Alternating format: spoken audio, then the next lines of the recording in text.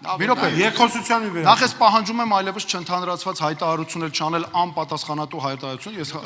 ես հասկանում եմ, որ դուք անընդհատ անպատասխանատու հայտարարություններ եք անում, մյուս անգամ դες բաներ չանեք ու չվիրավորեք մարդկանց, մեկ, երկրորդը, մեր պետությունը գաղտնի օրակարգեր չպետք է ունենա, այս հարցադրման կոնտեքստում ես պատասխանում եմ, մենք մի անգամից անելու ենք գաղտնի պահված 44-օրյա պատերազմի քննիչ հանձնաժողովի զեկույցը հրապարակվելու է։ Մի րոպե մի վարքյան, մեր անհայտ կորած զինվորների ընտանիքներն ու զոհվածների պետք է ստանան պատասխանները, դա առաջնահերթ խնդիր է, որ անելու է։ Հարցի հերթը ձերն է, ում եք ուղում հարցը։ Շնորհակալություն, այս անգամ եկեք պարադիգման հարացույցը կոտրենք, որտեղ անդադ դարձել է Նիկոլ Փաշինյան եւ մնացած ուժեր հարց ու պատասխանի սենց շղթա։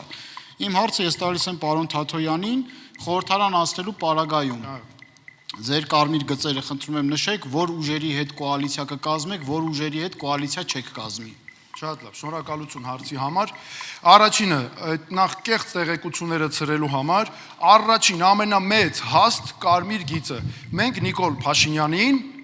եւ Նիկոլ Փաշինյանին երբեք չենք ընտրելու վարչապետ, ԿՊ-ն Հայաստանում չի կարող իշխանության վերարտադրվել։ Վերջ, մեծ վերջակետ։ Երկրորդը, մենք Ռոբերտ Քոչարյանին վարչապետ չենք ընտրելու։ Վերջակետ։ Երրորդը, Սամվել Կարապետյանը չի կարող լինել Հայաստանի վարչապետ սահմանադրական արգելքների պատճառով։